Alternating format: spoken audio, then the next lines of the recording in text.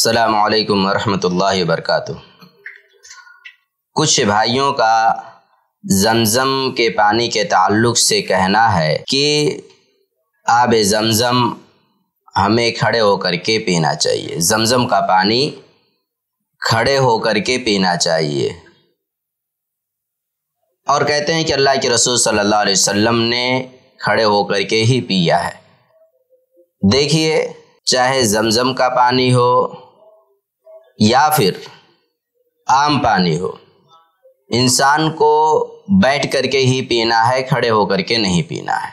اور حدیث میں جہاں آپ کو ملے کہ اللہ کے رسول صلی اللہ علیہ وسلم نے کھڑے ہو کر کے پانی پیا، چاہے زمزم کا پانی پیا ہو یا عام پانی، اس کا جواب یہ ہے کہ آپ صلی اللہ علیہ وسلم نے ضرورت کی وجہ سے یا پھر مجبوری کی وجہ سے آپ نے کھڑے ہو کر کے پانی پیا ہے۔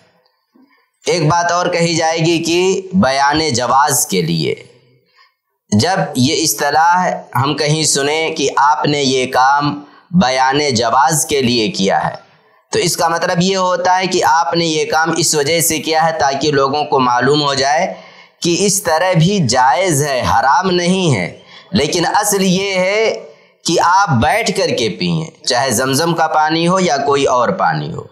ہاں، ضرورت ہے، مجبوری ہے، کوئی عذر ہے، کوئی پریشانی ہے، تو پھر آپ کھڑے ہو کر کے پی سکتے ہیں۔ اس وجہ سے یہ کہنا کہ زمزم کا پانی کھڑے ہو کر کے ہی پینا چاہیے، یہ غلط ہے۔ اس میں کوئی شک نہیں، زمزم کا پانی ایک مبارک پانی ہے، اور اس کے تعلق سے رسول اکرم صلی اللہ علیہ وسلم کی حدیث ہے، ماء زمزم لما شرب لہ، زمزم کا پانی جس مقصد کے لیے پیا جائے انشاءاللہ انسان اس مقصد میں کامیاب ہو جائے گا۔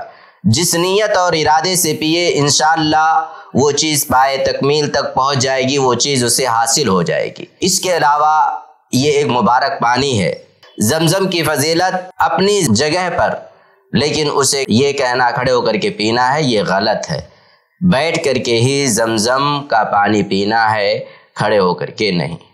ایسے ہی فائدہ مند اسلامک ویڈیوز دیکھنے اور منہج سلف پر کتاب و سنت کی تعلیمات کو عام کرنے میں ہمارا تعاون کریں، تاکہ آپ کے لیے ذریعہ نجات، جنت کے حصول کا سبب، ساتھ ہی مال میں برکت و اضافے کا ذریعہ بھی بنے۔